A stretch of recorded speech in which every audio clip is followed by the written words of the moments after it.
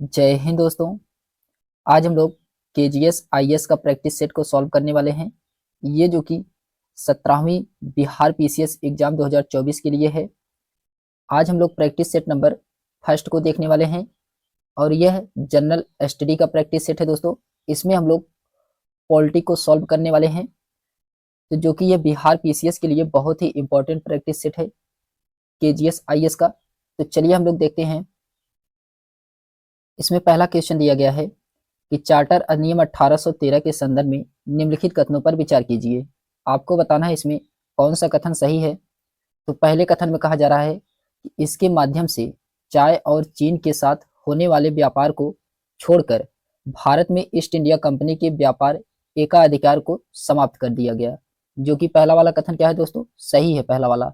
दूसरे में कहा जा रहा है इसके माध्यम से कंपनी के अधिकार वाले भारतीय क्षेत्र पर ब्रिटिश क्राउन की संप्रभुता को स्थापित किया गया था। तो ये भी इसमें सही दोस्तों, दूसरा वाला भी इसका सही है।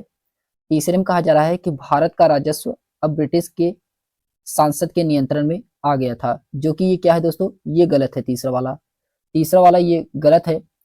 ये राजस्व 1858 में आया था ब्रिटिश के सांसद के नियंत्रण में, इसलिए यह कथन गलत है। तो इसमें पहला और दूसरा सही होगा दोस्तों।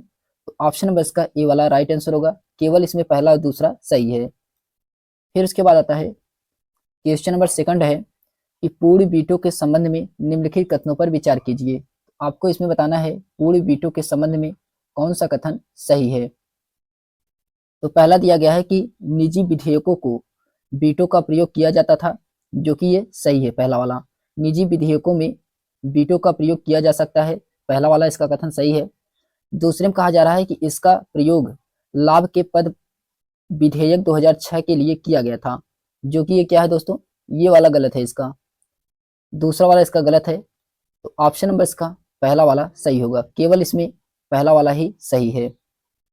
फिर उसके बाद आता है क्वेश्चन नंबर थर्ड है। इसमें कहा जा रहा है कि कथन दिया गया है और कारण आर दिया गया है। कथन में कहा जा रहा है कि संविधान के 13वें संविधान संशोधन अधिनियम के माध्यम से ग्राम सभा को संवैधानिक दर्जा दिया गया था। जो कि इसका कथन क्या है, सही है। कथन इसका सही है। कारण आर में कहा जा रहा है कि बलवंत राय मेहता समिति की रिपोर्ट में ग्राम सभा का औपचारिक रूप से उल्लेखित किया गया था। तो जो कि ये गलत है दोस्तों, ये वाला कथन कारण इसका गलत है, जबकि कथन क्या है, सही है। तो ऑप्शन नंबर इसका सी वाला सही होगा। कथन इसमें सही होगा लेकिन कारण क्या है, गलत है। फिर इसके बाद आता है क्वेश्चन नंबर 4 है दोस्तों कि किसने कहा था कि संविधान सभा अकेले ही देश के लिए एक स्वदेशी संविधान बना सकती है और यह सही मायने में और पूरी तरह से लोगों की इच्छा का प्रतिनिधित्व कर सकती है। ये किसके द्वारा कहा गया था, ये कहा गया था दोस्तों महात्मा गांधी के द्वारा। ऑप्शन नंबर इसका पहला वाला सही होगा। ये महात्मा गांधी के द्वारा कहा गया था। ऑप्शन नंबर इसका ए वाला राइट आंसर होगा। फिर उसके बाद आता है क्वेश्चन नंबर 5 है दोस्तों। इसमें कहा जा रहा है कि भारत के संविधान के अनुसार निम्नलिखित में से कौन सा राज्य विधानमंडल की सदस्यता की अयोग्यता का आधार है। तो आपको इसमें सही उत्तर का चयन करना है, कौन सा है। तो इसमें पहला दिया गया है कि वह एक अनुमोचित दिवालिया हो। ये जो कि इसका क्या है, सही है दोस्तों। पहला वाला इसका कथन सही है। दूसरे में कहा जा रहा है कि उसे सरकारी ठेके कार्यों सेवाओं में कोई रुचि नहीं होनी चाहिए। ये जो कि अयोग्यता के आधार नहीं है। तीसरे में कहा जा रहा है कि उसे भ्रष्टाचार के आरोप में सरकारी सेवाओं से बर्खास्त नहीं किया गया हो। ये भी अयोग्यता के आधार नहीं है। तो ऑप्शन नंबर इसका केवल पहला वाला ही यही अयोग्यता का आधार है दोस्तों। तो ऑप्शन नंबर इसका ए वाला राइट आंसर होगा। केवल इसमें पहला वाला सही है। फिर उसके बाद आता है क्वेश्चन नंबर 6 है दोस्तों। इसमें कहा जा रहा है कि निम्नलिखित घटनाओं पर विचार कीजिए और उन्हें पहले से अंतिम गतिविधि के सही कालानुक्रम में व्यवस्थित कीजिए। तो आपको बताना है इसमें से कौन सी घटना पहले हुई थी। तो सबसे पहले क्या हुआ था दोस्तों, तो सबसे पहले इसमें हुआ था संविधान सभा की पहली बैठक। संविधान सभा की पहली बैठक, पांचवा इसका पहला होगा। संविधान सभा की पहली बैठक कब हुआ था, तो ये हुआ था दोस्तों 9 अगस्त 1946 को। फिर उसके बाद आता है प्रारूप समिति की नियुक्ति। प्रारूप समिति की नियुक्ति ये 29 अगस्त 1947 को हुआ था।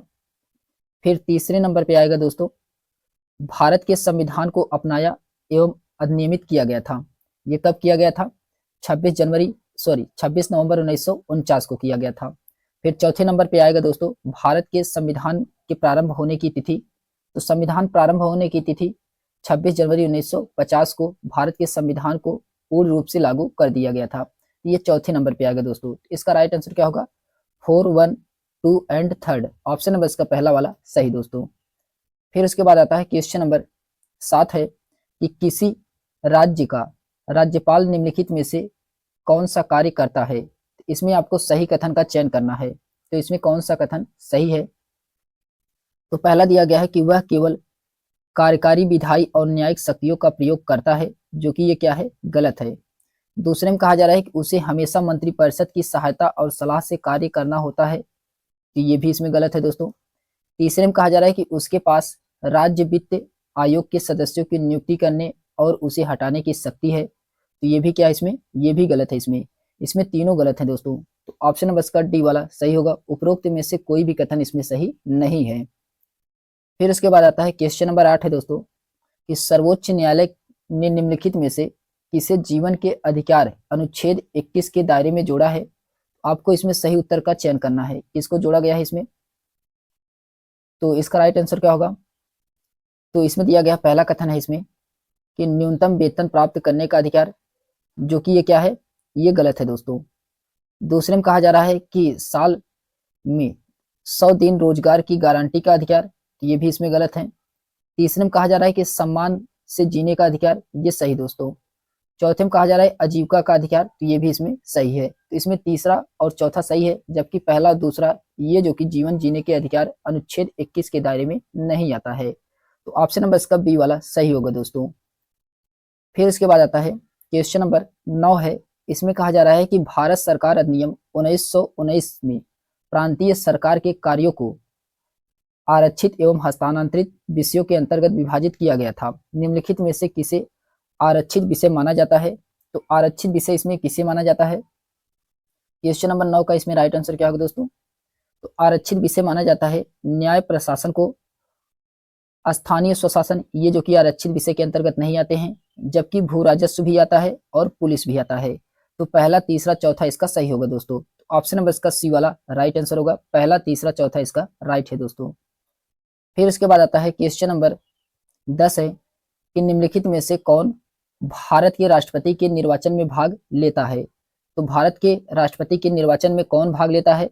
आपको इसमें सही उत्तर का चयन करना है। क्वेश्चन नंबर 10 का इसमें राइट आंसर क्या होगा? तो सांसद के दोनों सदनों के मनोनीत सदस्य, ये जो कि गलत है दोस्तों। मनोनीत सदस्य भारत के राष्ट्रपति के निर्वाचन में भाग नहीं लेते हैं।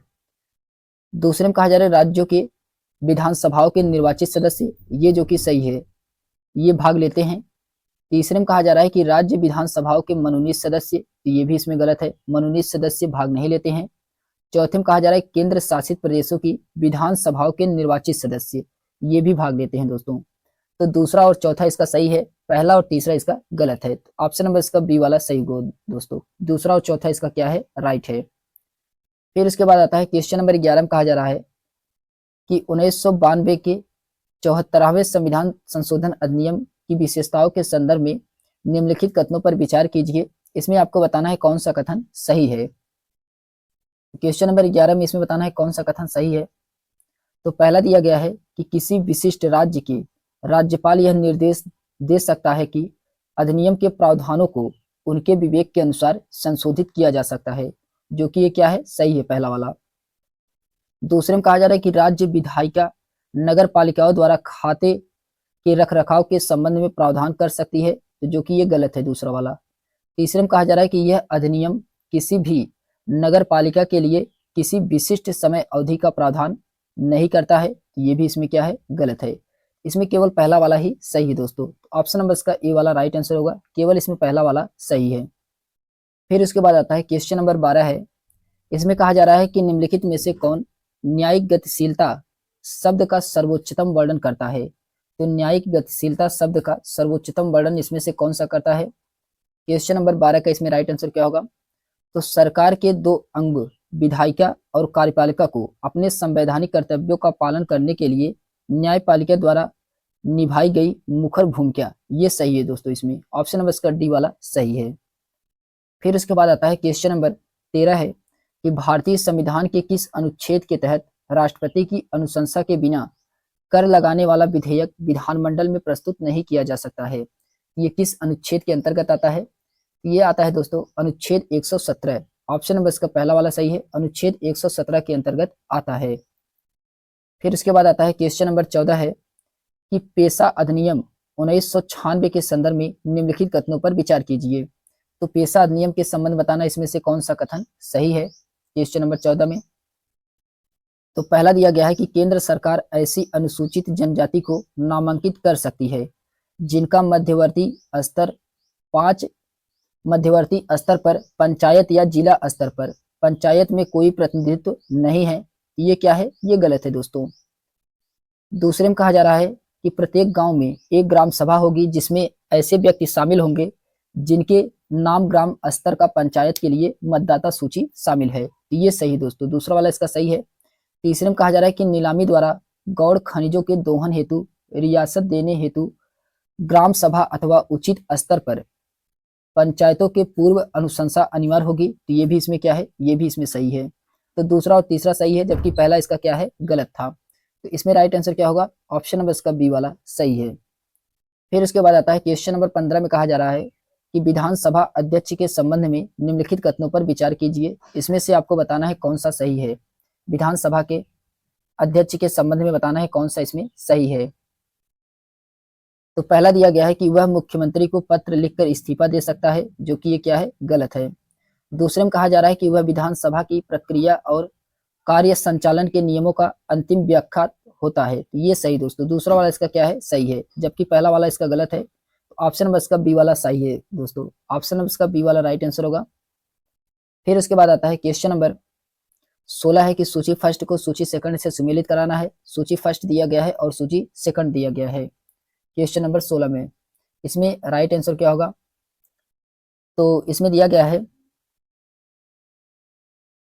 कि संविधान का भाग 15 में क्या है? निर्वाचन आयोग है, यानी कि चुनाव है।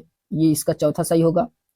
संविधान के भाग 16 में क्या है?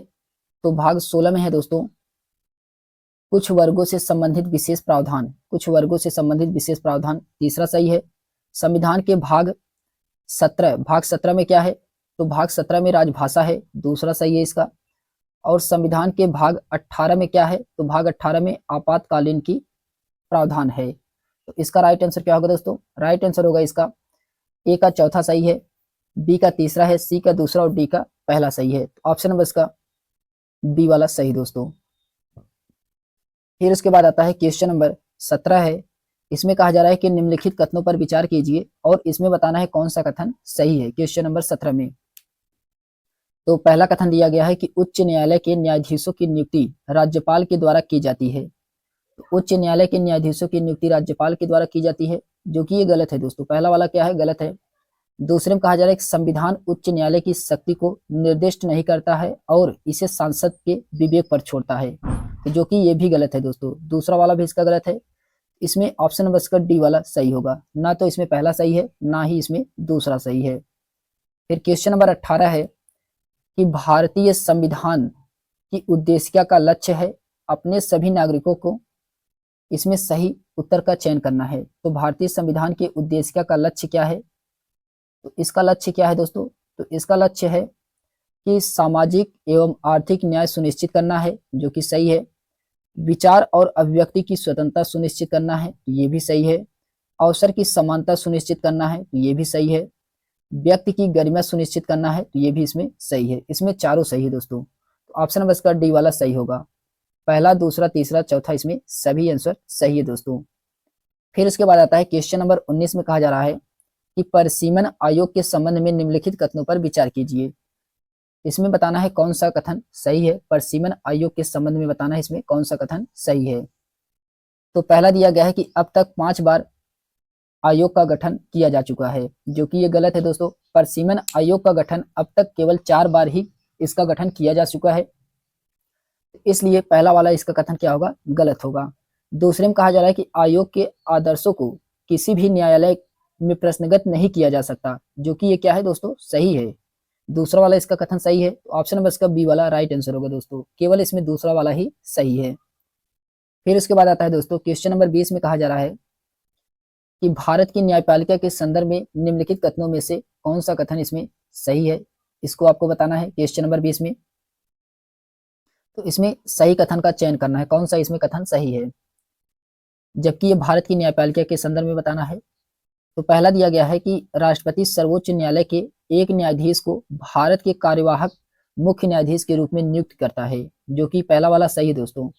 दूसरे में कहा जा रहा है कि राष्ट्रपति की पूर्व सहमति से भारत का मुख्य न्यायाधीश किसी उच्च न्यायालय के न्यायाधीशों को अस्थायी अवधि के लिए सर्वोच्च न्यायालय के तदर्थ न्यायाधीश के रूप में नियुक्त कर सकता है, जो कि ये भी क्या है, सही है दोस्तों। तीसरे में कहा जा रहा है कि सेवानिवृत्त न्यायाधीश जो अस्थायी अवधि के लिए सर्वोच्च न्यायालय के न्यायाधीश के रूप में कार्य कर रहे हैं, उन्हें सर्वोच्च न्यायालय के न्यायाधीश के सभी अधिकार क्षेत्र, शक्ति और विशेषाधिकार को लाभ मिलेगा, तो ये भी इसमें सही दोस्तों। इसमें तीनों कथन सही है जो कि भारत के न्यायपालिका के संदर्भ में। तो ऑप्शन नंबर इसका डी वाला सही दोस्तों, पहला दूसरा तीसरा इसका सही आंसर होगा। फिर क्वेश्चन नंबर 21 में कहा जा रहा है दोस्तों कि राष्ट्रपति की वीटो शक्तियों के संबंध में निम्नलिखित कथनों पर विचार कीजिए। आपको इसमें सही आंसर बताना है, कौन सा इसमें सही है क्वेश्चन नंबर 21 में। तो पहला कथन दिया गया है कि वह संविधान संशोधन विधेयक को केवल अनुमोदित कर सकता है, जो कि पहला वाला इसका सही है। दूसरे में कहा जा रहा है कि राष्ट्रपति के पास धन विधेयक की तुलना में साधारण विधेयक के संबंध में अधिक वीटो शक्ति है, तो ये भी इसमें क्या है, ये भी सही है दोस्तों। इसमें दोनों आंसर सही है, ऑप्शन नंबर इसका सी वाला सही है, पहला दूसरा दोनों इसमें सही है। क्वेश्चन नंबर 22 है दोस्तों कि निम्नलिखित में से किस मामले में सर्वोच्च न्यायालय ने माना है कि प्रस्तावना संविधान का एक भाग है। तो किसमें माना गया है कि प्रस्तावना संविधान का एक भाग है, ये कहा गया है दोस्तों प्रस्तावना संविधान का एक भाग है LIC ऑफ इंडिया मामला 1995 में, ऑप्शन नंबर इसका सी वाला सही दोस्तों, LIC ऑफ इंडिया मामला 1995 में, ऑप्शन नंबर इसका सी वाला राइट आंसर होगा। फिर क्वेश्चन नंबर 23 है दोस्तों, इसमें कहा जा रहा है कि निम्नलिखित में से किस संगठन या विभाग की अध्यक्षता भारत के राष्ट्रपति करते हैं। ये करते हैं दोस्तों इंडियन रेड क्रॉस सोसाइटी की, ऑप्शन नंबर इसका ए वाला सही है, इंडियन रेड क्रॉस सोसाइटी की अध्यक्षता भारत के राष्ट्रपति के द्वारा किया जाता है, ये जो कि एक संगठन या विभाग है दोस्तों। फिर उसके बाद आता है क्वेश्चन नंबर 24 में कहा जा रहा है कि भारतीय न्यायपालिका के संदर्भ में निम्नलिखित कथनों पर विचार कीजिए और इसमें आपको सही कथन का चयन करना है, कौन सा कथन इसमें सही है क्वेश्चन नंबर 24 में। तो इसमें दिया गया है दोस्तों, पहला कथन दिया गया है कि न्यायालय की अवमानना शब्द को न्यायालय की अवमानना अधिनियम 1971 के द्वारा परिभाषित किया गया था, जो कि ये क्या है, सही है, पहला वाला इसका सही है। दूसरे में कहा जा रहा है कि अनुच्छेद 129 उच्च न्यायालय को अपनी अवमानना के लिए दंडित करने की शक्ति प्रदान करता है, जो कि ये क्या है, गलत है दोस्तों। तीसरे में कहा जा रहा है कि अवमानना क्षेत्राधिकार का उद्देश्य न्यायपालिका की गरिमा को बनाए रखना है, ये सही दोस्तों। इसमें तीसरा वाला भी इसका सही है, पहला तीसरा इसमें सही है, जबकि दूसरा इसका क्या है, गलत है। तो ऑप्शन नंबर इसका बी वाला सही दोस्तों, केवल इसमें पहला और तीसरा राइट आंसर होगा। फिर क्वेश्चन नंबर 25 है कि निम्नलिखित कथनों पर विचार कीजिए और इसमें बताना है कौन सा कथन सही है। आपको इसमें सही कथन बताना है क्वेश्चन नंबर 25 में, कौन सा सही है। पहला दिया गया है कि भारत की संसद भारत के संविधान की 9वीं अनुसूची में एक विशेष कानून को जोड़ सकती है, जो कि ये सही दोस्तों। दूसरे में कहा जा रहा है कि 9वीं अनुसूची में निहित किसी भी कानून की वैधता का परीक्षण किसी न्यायालय के द्वारा नहीं किया जा सकता है और न ही उस पर कोई निर्णय लिया जा सकता है, जो कि ये क्या है दोस्तों, ये गलत है दोस्तों, ये गलत है। दूसरा वाला इसका पहला वाला सही है, तो ऑप्शन नंबर इसका ए वाला राइट आंसर होगा दोस्तों। फिर उसके बाद आता है क्वेश्चन नंबर 26 में कहा जा रहा है कि न्यायिक समीक्षा के संदर्भ में निम्नलिखित कथनों पर विचार कीजिए और इसमें बताना है कौन सा सही है। न्यायिक समीक्षा के संदर्भ में बताना है कौन सा इसमें सही है।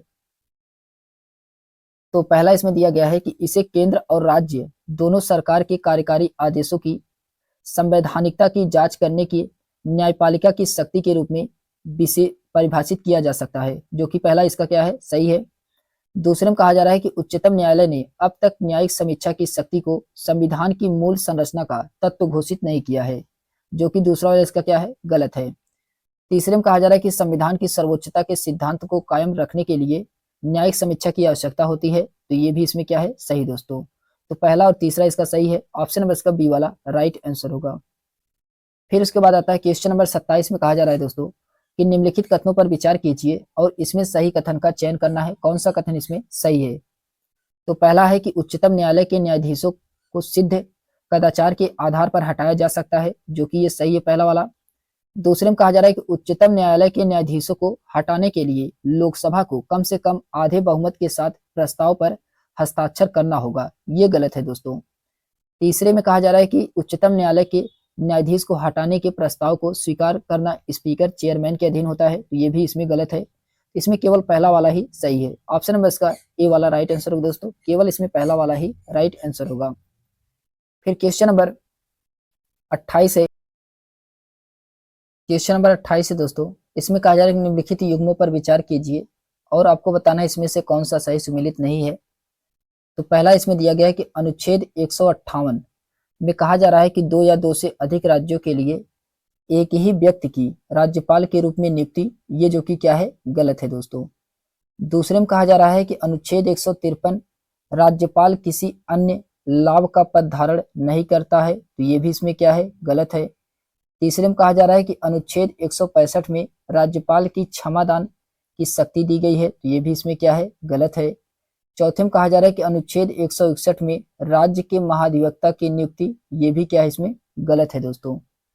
तो अनुच्छेद 158 में क्या होगा, इसमें होगा दोस्तों राज्यपाल लाभ का कोई भी पद धारण नहीं कर सकता है, ये अनुच्छेद 158 में कहा गया है। अनुच्छेद 153 में कहा गया है दोस्तों प्रत्येक राज्य के लिए एक राज्यपाल होगा, ये अनुच्छेद 153 में कहा गया है। फिर अनुच्छेद 165 में कहा गया है कि प्रत्येक राज्य का राज्यपाल और उच्चतम न्यायालय के न्यायाधीश नियुक्ति के लिए आहर्ता दिया गया है इसमें। और अनुच्छेद 161 में कहा जा रहा है कि किसी राज्य के राज्यपाल और उससे संबंधित विषय जिस पर वो उसके राज्यपाल की कार्य शक्ति का विस्तार दिया गया है इसमें। इसमें कोई भी ऑप्शन सही नहीं है दोस्तों, तो ऑप्शन नंबर इसका डी वाला राइट आंसर होगा, उपरोक्त में से कोई भी ऑप्शन सही नहीं है। फिर क्वेश्चन नंबर 29 है दोस्तों, इसमें कहा जा रहा है कि उच्च न्यायालय के संदर्भ में निम्नलिखित कथनों पर विचार कीजिए और इसमें आपको बताना है कौन सा सही है। उच्च न्यायालय के संदर्भ बताना है कौन सा इसमें सही है क्वेश्चन नंबर 29 में। तो इसमें पहला कथन कहा जा रहा है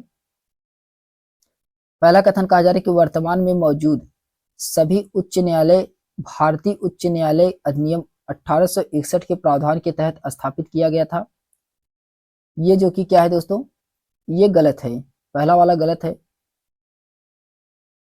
सभी उच्च न्यायालय इसमें नहीं होंगे, इसमें केवल 3 उच्च न्यायालय थे, कौन कौन से थे, तो कलकत्ता था, बॉम्बे था और मद्रास, ये 3 उच्च न्यायालय थे इसमें, इसलिए पहला वाला इसका गलत है दोस्तों। दूसरे में कहा जा रहा है कि उच्च न्यायालय के रीट क्षेत्राधिकार को बुनियादी ढांचे के सिद्धांत से बाहर रखा गया है, ये भी इसमें गलत है।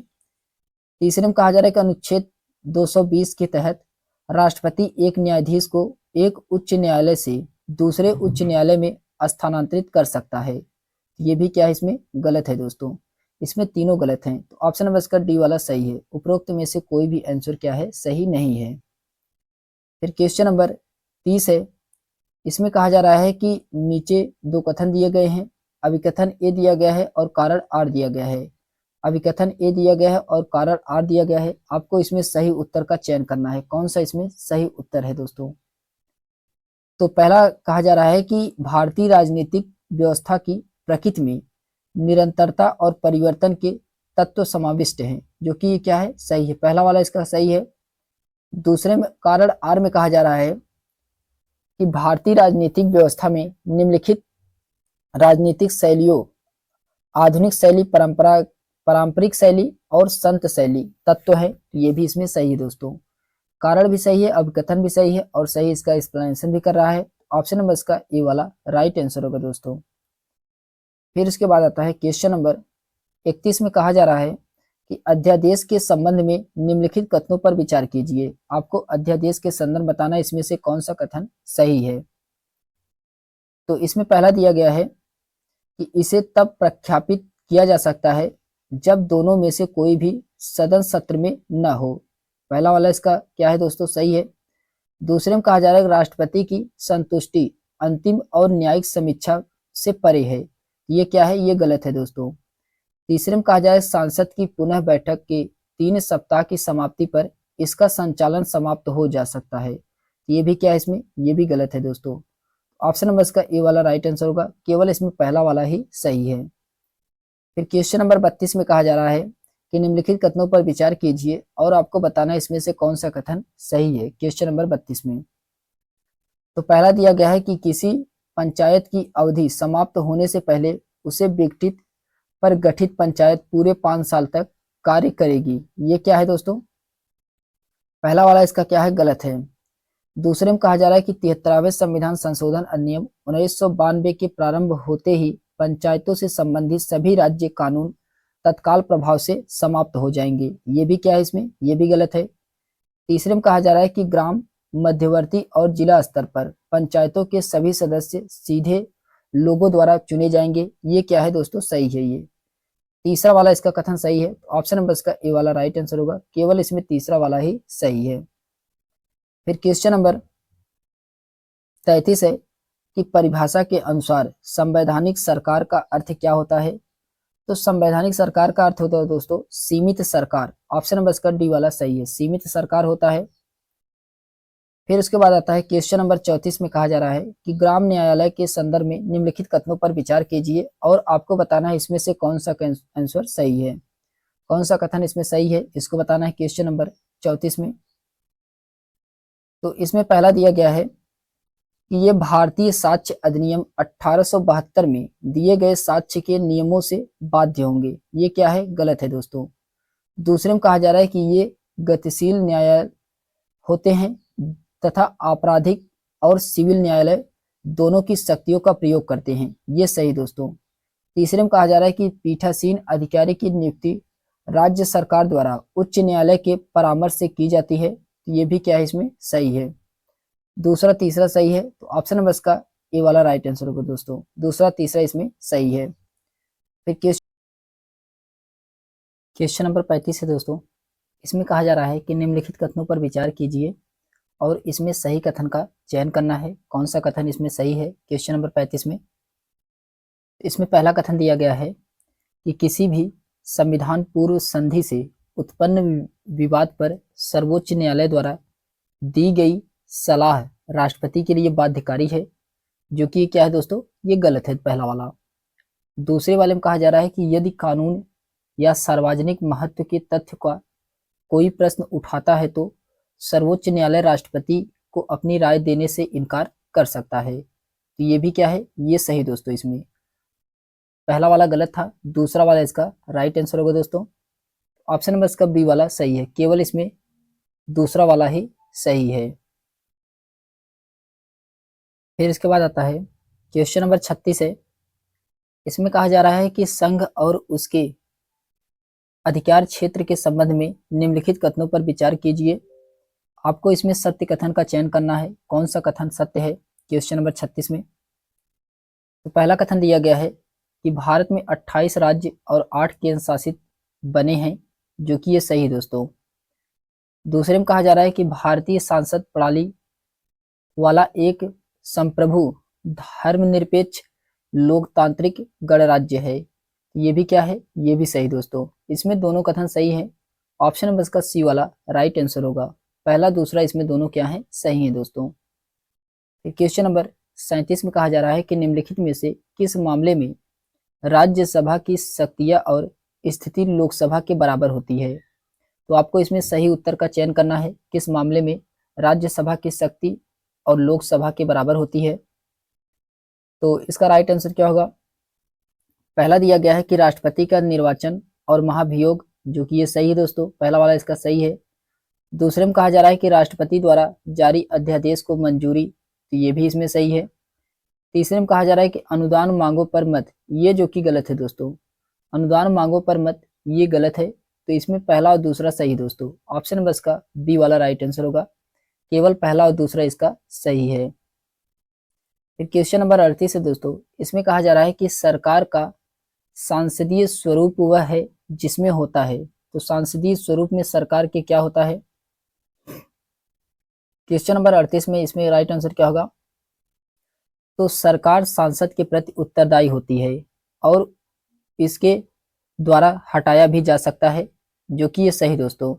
सरकार सांसद के प्रति उत्तरदायी होती है और उसे इसके द्वारा हटाया भी जा सकता है। ऑप्शन नंबर इसका बी वाला राइट आंसर होगा दोस्तों। फिर उसके बाद आता है क्वेश्चन नंबर 39 में कहा जा रहा है, क्वेश्चन नंबर 39 है दोस्तों, इसमें कहा जा रहा है कि एक संघीय न्यायालय के रूप में सर्वोच्च न्यायालय के पास कुछ मामलों में विशेष मूल क्षेत्राधिकार होता है। सर्वोच्च न्यायालय का यह क्षेत्राधिकार निम्नलिखित में से किस मामले तक विस्तारित नहीं है? ये किस मामले तक विस्तारित नहीं है? तो आपको इसमें सही उत्तर का चयन करना है, कौन सा इसमें सही है। पहला कथन इसमें दिया गया है कि संविधान पूर्व किसी संधि समझौते से उत्पन्न विवाद, ये जो कि क्या है, सही दोस्तों। दूसरे में कहा जा रहा है कि केंद्र और राज्यों के बीच नियत व्यय और पेंशन का समायोजन, ये भी इसमें सही है। तीसरे में कहा जा रहा है कि केंद्र और राज्य किसी राज्य के बीच कोई विवाद या एक तरफ राज्य और दूसरी तरफ एक से अधिक राज्य, ये इसमें सही नहीं दोस्तों।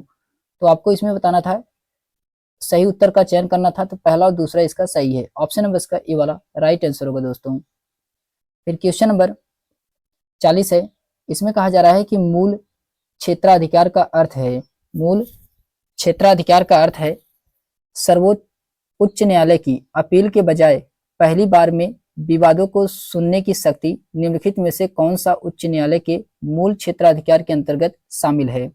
आपको इसमें सही उत्तर का चयन करना है, कौन सा इसमें शामिल है। तो पहला दिया गया है कि नागरिकों के मौलिक अधिकार का परिवर्तन, ये जो कि सही है दोस्तों, पहला वाला इसका सही है। दूसरे में कहा जा रहा है कि सांसद और राज्य विधान मंडलों के सदस्यों से निर्वाचित संबंधित विवाद, तो ये भी इसमें सही है, दूसरा वाला इसका सही है। तीसरे में कहा जा रहा है कि संविधान की व्याख्या से जुड़े मामले को अधीनस्थ न्यायालय से उच्च न्यायालय में स्थानांतरित करने का आदेश देना, तो ये भी इसमें सही है। इसमें तीनों सही है दोस्तों। तो ऑप्शन नंबर इसका सी वाला राइट आंसर होगा, पहला दूसरा तीसरा इसमें सही है। फिर उसके बाद आता है क्वेश्चन नंबर 41 है, इसमें कहा जा रहा है कि निम्नलिखित केंद्र शासित प्रदेशों का उनके गठन के वर्ष से सुमेलित कीजिए। केंद्र शासित प्रदेश दिया गया है और वर्ष दिया गया है, आपको इसमें सही सुमेलित करना है, कौन सा सही सुमेलित है। तो लक्षद्वीप का ये गठन हुआ था 1956 में, चौथा सही है इसका। अंडमान और निकोबार द्वीप समूह का ये 1962 में हुआ था। चंडीगढ़ का ये 1966 में हुआ था और दादर नगर हवेली का 1961 में हुआ था। इसका राइट आंसर क्या होगा दोस्तों, ए का चौथा है, बी का तीसरा है, सी का दूसरा है और डी का इसमें पहला है। ऑप्शन नंबर इसका बी वाला राइट आंसर होगा दोस्तों। फिर इसके बाद आता है क्वेश्चन नंबर 42 है कि 73वें संविधान संशोधन अधिनियम के प्रावधानों को दो श्रेणियों में बांटा जा सकता है, अनिवार्य और स्वैच्छिक। निम्नलिखित में से कौन सा स्वैच्छिक प्रावधानों का हिस्सा है? तो इसमें आपको बताना है कौन सा स्वैच्छिक प्रावधानों का हिस्सा है। दिया गया इसमें आपको सही उत्तर का इसमें चयन करना है, कौन सा इसमें सही है। तो पहला इसमें दिया गया है कि राज्य चुनाव आयोग की स्थापना, ये जो कि क्या है दोस्तों, ये गलत है, राज्य चुनाव आयोग की स्थापना ये गलत है। दूसरे में कहा जा रहा है कि तीनों स्तरों पर पंचायतों में महिलाओं के लिए 1/3 सीटों आरक्षित करना, तो ये भी ये इसमें क्या है, गलत है। तीसरे में कहा जा रहा है कि ग्राम पंचायत के अध्यक्ष के चुनाव की पद्धति का निर्धारण करना, ये इसका सही दोस्तों। और चौथे में कहा जा रहा है कि राज्य की संचित निधि से पंचायतों को सहायता अनुदान देना, तो ये भी इसमें क्या है, सही है। इसमें दूसरा पहला गलत है, तीसरा और चौथा इसका सही है। ऑप्शन नंबर इसका सी वाला राइट आंसर होगा दोस्तों। फिर क्वेश्चन नंबर 43 है, इसमें कहा जा रहा है कि निम्नलिखित कथनों पर विचार कीजिए और इसमें आपको सही कथन का चयन करना है, कौन सा इसमें कथन सही है। क्वेश्चन नंबर 43 में तो पहला इसमें दिया गया है कि राष्ट्रपति पर महाभियोग के आरोप तय करने वाले 2/3 सदस्यों द्वारा पारित किया जाना चाहिए, जो कि ये सही है। दूसरे में कहा जा रहा है कि महाभियोग संसद में होने वाली एक अर्धन्यायिक प्रक्रिया है, एक अर्धन्यायिक प्रक्रिया है, तो ये भी इसमें सही है। इसमें दोनों कथन सही है, ऑप्शन नंबर इसका सी वाला सही दोस्तों, पहला दूसरा इसमें दोनों सही था। फिर उसके बाद आता है क्वेश्चन नंबर 44 है, इसमें कहा जा रहा है कि निम्नलिखित युग्मों पर विचार कीजिए और इसमें सही उत्तर का चयन करना है। कौन सा इसमें सही है क्वेश्चन नंबर 45 में। तो पहला दिया गया है कि विराम, विराम मूल रूप से दी गई सजा के स्थान पर सजा को कम करना, ये जो कि इसका सही है, पहला वाला इसका सही है। परिहार में दिया गया है कि सजा के स्वरूप के प्रतिस्थापन करना, तो परिहार में दिया गया है सजा के स्वरूप को प्रतिस्थापन करना, ये जो कि क्या है दोस्तों, दूसरा वाला युग्म इसका गलत है, क्योंकि राष्ट्रपति जो परिहार का उपयोग करता है वह तो सजा की अवधि को कम करने के लिए करता है, लेकिन सजा की प्रकृति वही रहती है, इसलिए दूसरा वाला इसका गलत हो गया।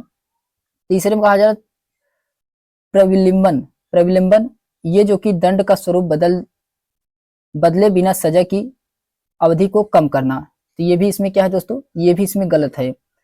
तो प्रविलंबन का उपयोग राष्ट्रपति के द्वारा किया जाता है, ये विशेषकर मौत की सजा में किया जाता है। तो दोषी तो उसके क्षमा मांगे या सजा को कम करने के लिए समय देता है, तो इसका ये भी गलत है। ऑप्शन नंबर इसका ए वाला सही दोस्तों, केवल इसमें पहला वाला ही सही है। फिर क्वेश्चन नंबर 45 में कहा जा रहा है कि निम्नलिखित में से कौन सा सर्वोच्च न्यायालय का मामला मौलिक अधिकारों और राज्य के नीति निर्देशक सिद्धांतों के विवाद संघर्ष से संबंधित है। तो विवाद संघर्ष से संबंधित है, कौन सा मामला है क्वेश्चन नंबर 45 का इसमें राइट आंसर क्या होगा। तो पहला दिया गया है कि चंपकम दोराई राजन वाद 1951, ये सही है। दूसरे में कहा जा रहा है के एस पुट्टास्वामी वाद 2018, ये गलत है। तीसरे में कहा जा रहा है केशवानंद भारती वाद 1973, ये भी इसमें सही है। चौथे में कहा जा रहा है गोलकनाथ वाद 1967, ये भी इसमें सही है। तो पहला, तीसरा और चौथा इसका सही है, तो ऑप्शन नंबर इसका डी वाला राइट आंसर होगा दोस्तों। पहला, तीसरा और चौथा इसका राइट आंसर है। फिर उसके बाद आता है क्वेश्चन नंबर 46 है, इसमें कहा जा रहा है कि भारतीय नागरिक के मौलिक कर्तव्यों के संबंध में निम्नलिखित कथनों पर विचार कीजिए। आपको इसमें बताना है कौन सा कथन सही है क्वेश्चन नंबर 46 में। तो इसमें पहला दिया गया है कि ये राष्ट्र विरोधी और असामाजिक गतिविधियों के विरुद्ध चेतावनी के रूप में कार्य करते हैं, जो कि ये सही है, पहला वाला। दूसरा है कि ये किसी कानून की संवैधानिक वैधता की जांच और निर्माण में न्यायालयों को मदद करते हैं, तो ये भी इसमें सही है। चौथा है कि तीसरा है कि ये नागरिकों के लिए प्रेरणा स्रोत के रूप में कार्य करते हैं, ये भी इसमें सही है। चौथा है ये कानून द्वारा परिवर्तनीय है, ये भी इसमें सही है। तो इसमें चारों ऑप्शन सही दोस्तों, ऑप्शन नंबर इसका डी वाला राइट आंसर होगा। फिर उसके बाद आता है क्वेश्चन नंबर 47 है, इसमें कहा जा रहा है कि राज्य पुनर्गठन आयोग 1953 के संदर्भ में निम्नलिखित कथनों पर विचार कीजिए। तो इसमें आपको सही कथन का चयन करना है क्वेश्चन नंबर 47 में। पहला कथन दिया गया है कि जस्टिस फजल अली, के एम पडिक्कर और हृदयनाथ कुंजरू इसके सदस्य थे, जो कि क्या है, सही है। दूसरे में कहा जा रहा है कि इस आयोग ने मुंबई और पंजाब के विभाजन का समर्थन किया था, ये इसमें गलत है। तीसरे में कहा जा रहा है कि राज्य पुनर्गठन अधिनियम 1956 के अनुसार 14 राज्य और 6 केंद्र शासित प्रदेश बनाए गए, तो ये इसका क्या है, सही है इसका। तो पहला और तीसरा सही है, जबकि इसमें दूसरा वाला गलत है। तो ऑप्शन नंबर इसका डी वाला राइट आंसर होगा दोस्तों, पहला और तीसरा इसमें सही है। फिर क्वेश्चन नंबर 48 में कहा जा रहा है कि निम्नलिखित में से कौन सा भारतीय संविधान में निर्धारित नागरिकों के मौलिक कर्तव्यों में से सही है। आपको इसमें सही उत्तर का चयन करना है, इसमें से कौन सा सही है। तो पहला दिया गया है कि नशीले पेय पदार्थों के सेवन पर प्रतिबंध, ये जो कि क्या है, इसमें गलत है। दूसरे में कहा जा रहा है कि हमारी संस्कृति की समृद्ध विरासत को महत्व देना और संरक्षण करना, ये सही है। तीसरे में कहा जा रहा है कि भारत की संप्रभुता, एकता और अखंडता को बनाए रखना और उसकी रक्षा करना, तो ये भी सही है। चौथे में कहा जा रहा है कि सार्वजनिक संपत्ति की रक्षा करना और हिंसा का त्याग करना, तो ये भी इसमें सही है। तो इसमें सही दोस्तों दूसरा, तीसरा, चौथा इसका सही है, पहला इसका गलत है। तो दूसरा, तीसरा, चौथा ऑप्शन नंबर इसका सी वाला राइट आंसर होगा दोस्तों। फिर क्वेश्चन नंबर 49 है, इसमें कहा जा रहा है कि भारत के महान न्यायवादी के संदर्भ में निम्नलिखित कथनों पर विचार कीजिए। आपको इसमें भारत के महान न्यायवादी के संदर्भ बताना है, कौन सा कथन इसमें सही है क्वेश्चन नंबर 49 में। तो पहला कथन दिया गया है कि उसे भारत की सभी न्यायालय में सुनवाई का अधिकार होता है, जो कि ये सही है। दूसरे में कहा जा रहा है निजी कानून प्रैक्टिस के लिए उसकी फीस महान न्यायवादी के रूप में प्राप्त होने वाले वेतन से अलग होती है, तो ये भी इसमें सही है। तीसरे में कहा जा रहा है कि सांसद सदस्य को प्राप्त होने वाले सभी विशेषाधिकार और उन्मुक्तियां से भी प्राप्त होती हैं, ये भी इसमें सही है। इसमें तीनों सही है दोस्तों। ऑप्शन नंबर इसका सी वाला राइट आंसर होगा। पहला, दूसरा, तीसरा इसका सही है।